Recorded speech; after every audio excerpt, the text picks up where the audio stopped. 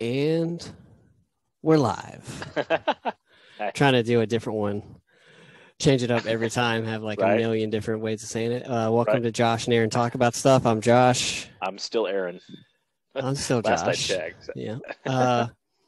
So before we start today, I read this or looked at this Rolling Stone article, and it was like, I can't remember the title. It was like the 40 greatest albums that were like one and dones.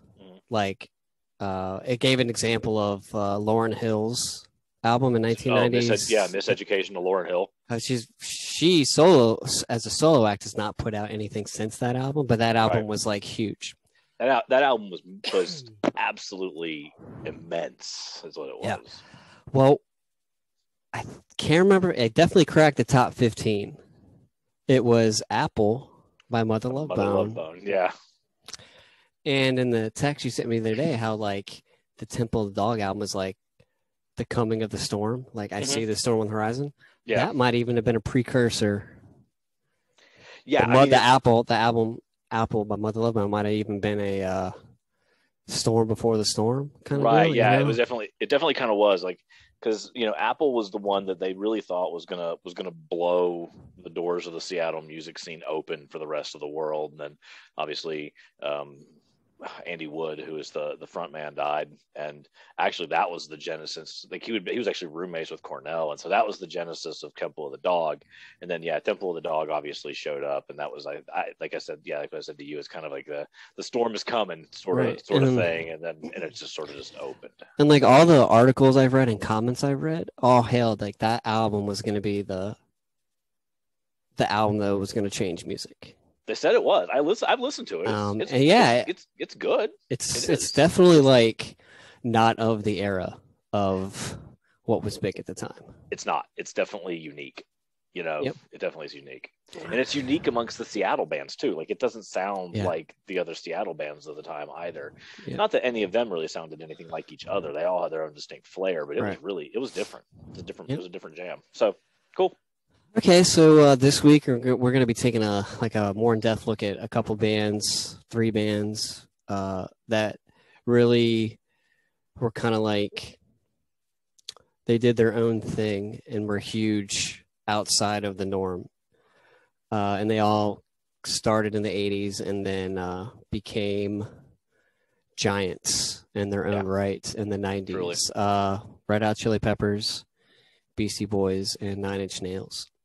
So is there any of those 3 that you would like to talk about first, or we can just jump right in? Either one. The Beast. Let's just mention the Beastie Boys first. Because that's kind of where my brain went. So because I guess part of the reason I want to mention them is because they were we've talked about bands evolving and their sound evolving. Man, their sound, it really evolved over the years, and it evolved as they kind of evolved and grew as people, from the party anthems of their first one, was it License to Ill, and, to Paul's Boutique, which was so kind of unique at the time, and then they kind of started things started to kind of change in the early 90s, and it kind of became something unique. So I was gonna. Do you have a question? Is there a question anywhere in that I don't know statement? If there was a question. It was more of a statement. I don't think there was a question ananywhere in that. I think it was just a statement about like what my thought process was. I recently watched, I watched the documentary that Ad Rock and Mike D put on. Right.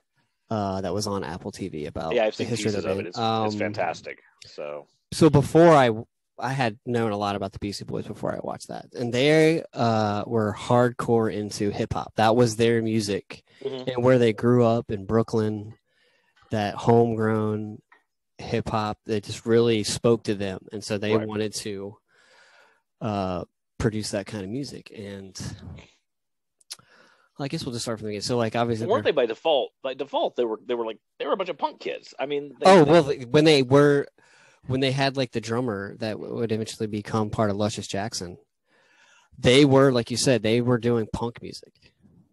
Right. And it evolved into their And you hip can hop still style. Yep. and you can still hear, which is what makes them so unusual. You can still hear that punk influence, like Oh in yeah, if you songs. listen to It's Check Your Head, that album has a lot of punk songs yeah, in it. So I remember, I mean, License to Ill. I don't know if it still is, but at one point was the number one selling hip hop album of all time. really. It was on Def Jam Records, produced Yeah, by Rick Rubin. right. Well, it was like a fun, I just that album was It, like fun, and it it had was. that. I remember like listening to it at like at, like middle school get-togethers and stuff. Right. Because it was fun. Fight for your right to party and Right. Well, I was just gonna bring that song up. yeah, If there is a song that you could also call an anthem of the '80s, it was yeah, "Fight for Your Right to Party." Right. right. Incidentally, they don't really play that song anymore. Well, they won't now, but Yeah, when MCA was still alive, they didn't play that song. It was they too political, I guess they called it, even though they're into politics. But anyway, so I feel like their second album, which I think is vastly underrated and better than License to Ill, was Paul's Boutique. I think it's overlooked because it was like when they moved to LA and right. they I've had heard it called like the Sergeant Peppers of hip hop. So the music because it's so experimental. I think. Yeah, well, the Dust Brothers did the music. They had all these samples and all that stuff, and it's just it's a really cool. It is a better album anyway. So the Beastie Boys that I think most people know would be their next two albums, Check Your Head and Ill Communication. Right. And Sabotage is it could be their best song. It's not just one of their. It's not just maybe their best song. It's just it's that's sort of like the anthem of the '90s. That's like right.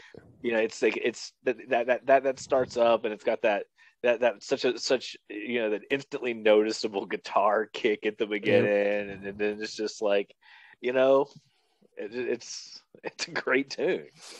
Yeah, and I mean, they are just like, I don't know even if we could even encapsulate and just really describe the impact of the Beastie Boys. They were a band among bands as far as a cultural force. Mm-hmm. They had a lot of gravitas. Right. Well, one of the things I watched on them was I was watching. It was after MCA's passing, and they were interviewing. They were interviewing Ad Rock and Mike D, and they were talking about just stuff and the real and talk about how a group evolved, because they said they were working on the album, and they wrote because they each have their own verses, and they would each write kind of their own verses and come together and work their verses together, and like MCA came in and he was like he starts going with the verse, and they're listening, and he throws out the that line I want to say a little something that's long overdue. This disrespected woman has got to be through to all the mothers and the sisters and the wives and friends. I want to offer my love and respect at the end. And they were like, oh. Yeah, real. That's real stuff there. Yeah, that's Mike and Edward were like, oh, so that's what we're doing now, huh? Yeah. And that was their exact words. Like, so that's what we're doing, is it? Yep. And they're like, but it's like, this is like your boy, this is your best friend, and this is where he's at. And you're like, okay, so we're going to support him. We're going to do it. This is where we're at. This is what we're going to do. This is it, And then they got so into they were the ones, weren't they the ones that founded the fundraiser for Tibet and stuff like Free Tibet, yep. Free Tibet. I mean, they, like you said, they became a cultural force. Yep. And I liked how when they and starting with Check Your Head, they started doing their own instruments and then bringing in some friends of theirs, and it was just really cool, their style, the way they did it. Yeah. And I ended up getting to see them on my 23rd birthday in 2004. It's amazing. I was all the way up front. It was awesome. But I had a chance to see them in 2000 headlining with Rage Against the Machine. Oh, man. Well, it didn't happen because Mike D got in a motorcycle accident, so they had to cancel the show. But that would have been an insane Oh my god. concert if I would have that would have Oh my gosh. happened, you know. But Remember when I was in Eugene? It was talking about like it was a little off topic here, but you mentioned Rage, and it just made me think of something. When I was in Eugene, and I never told you, I had a chance to go see you too, but I was a poor college student, and so I couldn't afford the tickets because they were playing at the football stadium in Eugene. And I listened to the whole thing from Stacy's dorm room. I you was could leaning hear out, it. we could hear it because we're like less than a mile from the football stadium as the crow flies. I was just like leaned out the window, going, "Oh hey," but That's but cool. Rage Against the Machine was the opener. Rage Against the Right. Machine opening for U2, and I was just like, "Huh, That's weird. that's an odd mix." So Right. anyway, beside the point, but just still, Yeah, I remember seeing I don't know, it's just weird like how, you know, it all goes back to the 80s and how like it does. these bands were carving out and they were unique enough, I guess, that they were able to do that. And then it carried them into 89 and 92 and 94. And like, Mm-hmm. I think you've talked about like Pearl Jam and Nirvana had like probably the best unplug albums for MTV. Yeah, I Well, think at so. was it the MTV Music Awards where they had that crazy awesome Sabotage show that they did? They played Sabotage and they were all in the suits. Oh yeah, I Like think that so. was Like that. one of the Yeah, absolutely. iconic moments of Yeah, MTV. That stuff. But yeah. yeah, they're just. I mean, they sing about everything, They and do, and and it's like, and it's not always serious, but it's like it. But it's, at the same time, it is though. I mean, it's they yep. definitely they're just different. In the '80s, though, when they were touring on License to Ill, they were opening up for Madonna, Isn't that crazy? And it's like and just like what a weird thing that is. like in that Apple thing, they were talking about how like it was weird for them because most of I guess Madonna shows consisted of female audience, but they're opening for it Yeah, and they have like these blow up dolls and they're singing about all this stuff and he's like when you're like 18, you know, whatever, you're making money, you don't care, but they did yeah. acknowledge it was weird to open up for Well, I Madonna, mean, but and it's interesting though that the route that their career took, because they were the party band, and then they just evolved over time. You got to wonder what it's like for them to be to look back at some of the stuff. Like you said, they don't play, like, girls girls to do the, like, maybe we won't perform this one anymore, yeah, maybe. you don't have to perform every song you've ever done if you Right, yeah, are eventually older and you're like, yeah, like, I don't think I'm going to perform that one anymore. That's not that one's day is done. yep. And they are in the Rock and Roll Hall of Fame. Yeah. And when we get to that topic, like, it's just what is rock and roll? The Beasties, I mean, like, as far as like musically Hall of Fame, absolutely. Rock and roll, I mean, they have elements of it. They're Hmm. funk and hip hop and some rock and roll in there. And it's just, I don't know, hodgepodge is the right word, but they're a potpourri of Yeah. music that they were able to turn Maybe into in the something that people liked. maybe in the end, really, it's just time to lose the whole Rock and Roll Hall of Fame. It's called the Music Hall of Fame. Yep. Because let's just we're gonna put away the whole like rock and roll, because it's a misnomer at this point. Yep. Although I can see putting the Beastie Boys in there, because to me they do have they kind of, in a way, they epitomize. There we go. That's the word I was looking for. I was digging into the. It's Monday. I was Yeah. like, the word. They Right. kind of they epitomize, because like what we were talking about when we talked about women in rock, the idea of what is rock. It's like, Yep. what is rock? Perhaps it's more an attitude than anything else. And man, they have it. They They do. have it. They just so. Yep.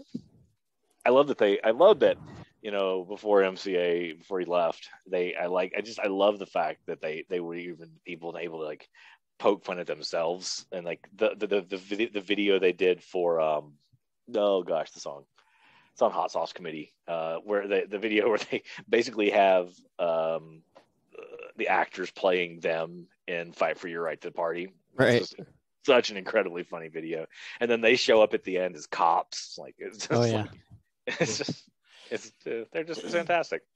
Yep. Anyway, Okay.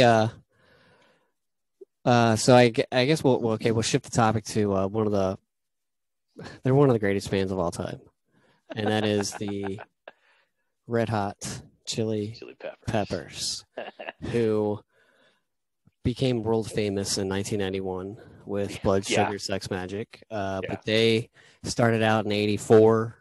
Yeah. With 84. more of a like a where. Go ahead. Sorry, dude. Oh no, go ahead. It's a lot more funk, you know. Well, that's what I was going to say. They were very into funk. They loved George Clinton and Parliament Funkadelic, who produced one of their albums, and then I love their version of Higher Ground. Well, so that was on. So in 1989, they had Mother's Milk, which was like it was a gold album, and they became kind of like at least nationally known because that was when, unfortunately, their one guitarist, Hillel Slovak, died of a heroin overdose, and so they recruited a young 19-year-old John Frusciante, who was already an amazing guitarist at 19 years old. He's one of the greatest guitarists of all time, and so he kind of. He loved the funk too, but you could definitely see how much influence he had on that band with Mother's Milk when they had their version of Higher Ground on Mother's Milk and their single Knock Me Down. And then, they've been at it for a while now. And so they hooked up with Rick Rubin, he's a good producer. Really? And they came out with maybe their most important album, at least. Definitely their most famous album. I really think it is. That song, if they're, their first single was "Give It Away," and actually, it didn't blow up initially. That single, and then, well, I'm sure we're going to say the same thing. Yeah. When they released "Under the Bridge." Oh yeah, then it was that. That song is amazing, and Anthony Kiedis has a good voice. He has a great voice. He does. He's not. So Anthony Kiedis's voice is like he's not okay. So he's not Eddie Vedder. He's not Cornell. He's not Freddie Mercury. But he's got a good voice. It works for what they do. Well, he's a very good wordsmith. Great words. He is very good at writing down them lyrics. Well, and he's also really good at spitting them out too. He has a way with his. With what he does and how he says it that I can't do. I've tried to mimic it before, I can't do it. I can't make my words sound the way he does, the way he speaks, clips them the way I don't know. But yeah, you're right. Yep. Of course, in the band is Flea, one of the greatest insane bassists of all time. Yeah, absolutely. Gosh. So Quinn, my youngest, picked up the bass. He started learning. Okay. And he's pretty good already. And every now and then he'll go, "Hey, what should I try and play? What should I try and play?" So one day I think I can't remember what Pepper's song it was. I brought up the tabs for it. I said, "You should try this." And he looked at it and he goes, "No." Yeah, right.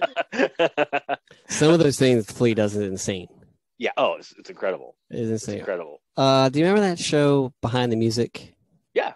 Yeah. On VH1. On the episode of the Peppers, they were talking about Flea was just bassing so hard that he wore like a hole in his thumb. Oh my God. And he just had to fill it up with super glue. Oh, to keep it going, gross. He was just going gross. crazy. But that's dedication right there, you but he does. He hits it so hard, And he's just so yeah. What was the title? He released recently his autobiography. It had like a great title, like "Drugs for the Children" or something like that. Yeah, I don't remember. I'm gonna look it up. It's right. I remember. Obviously, I remember seeing that Under the Bridge video and Give It Away on MTV when they're playing. But I remember, so I was in high school, 1995. I was a freshman when One Hot Minute came out. And, of course, Frusciante was fired from the band at that point, and he was deep, dark, heroin addiction or whatever, and they brought in Dave Navarro, who's way more of the hard rock realm. Yeah. Now, if you listen to that album and you're open about it, I think I like you or people, not you, but when I say you, like anybody, it's good, but it's definitely not Blood Sugar Sex Magic or what came later in 1999. The day before I graduated high school in 1999, I bought Californication.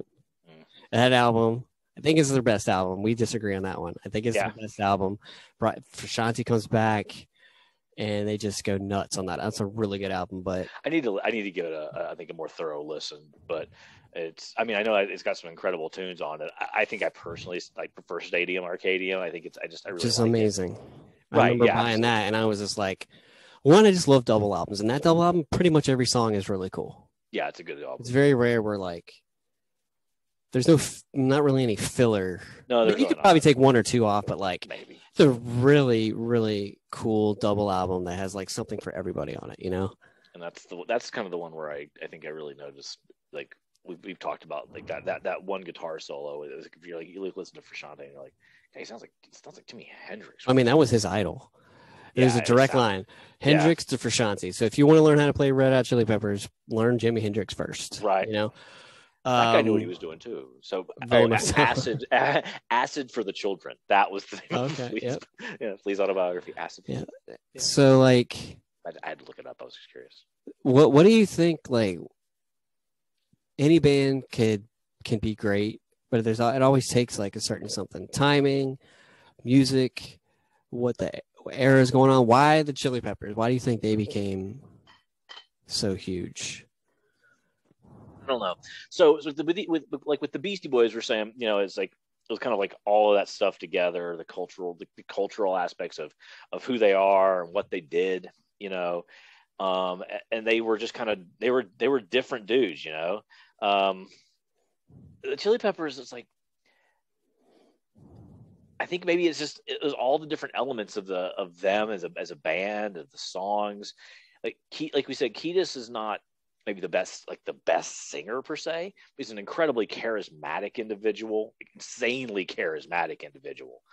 And the way he carries himself on stage, he knows how to be a front man. Flea has been, Kiedis and Flea are the two main. They're like now, mind you, like Chad Smith has been with them forever, but like Kiedis and Flea are like they're the two originals. They went to high school together. They're Right. Yeah. best friends. They've been Right. together for 40 years. Yeah. So that you got that I think that's sort of like that serves as like a binding agent for a band. Yeah. Yeah. Flea is himself a very like kind of charismatic dude up on stage with his bass, and then they're unique. I think yeah. I'm kind of rambling. I'm sorry. I'm just trying to like.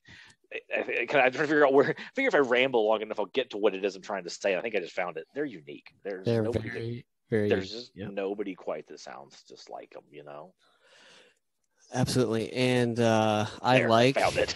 You did. I like the two albums with Josh Klinghoffer. I'm with you, and then a Getaway. But I actually will throw this out here since you mentioned it.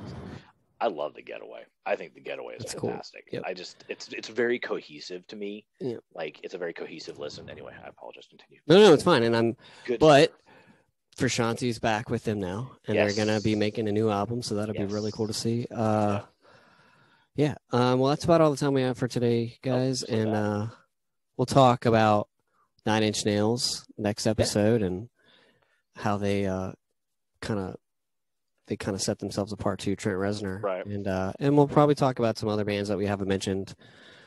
I thought of one yesterday. I'll mention it to you in a minute. But. All right.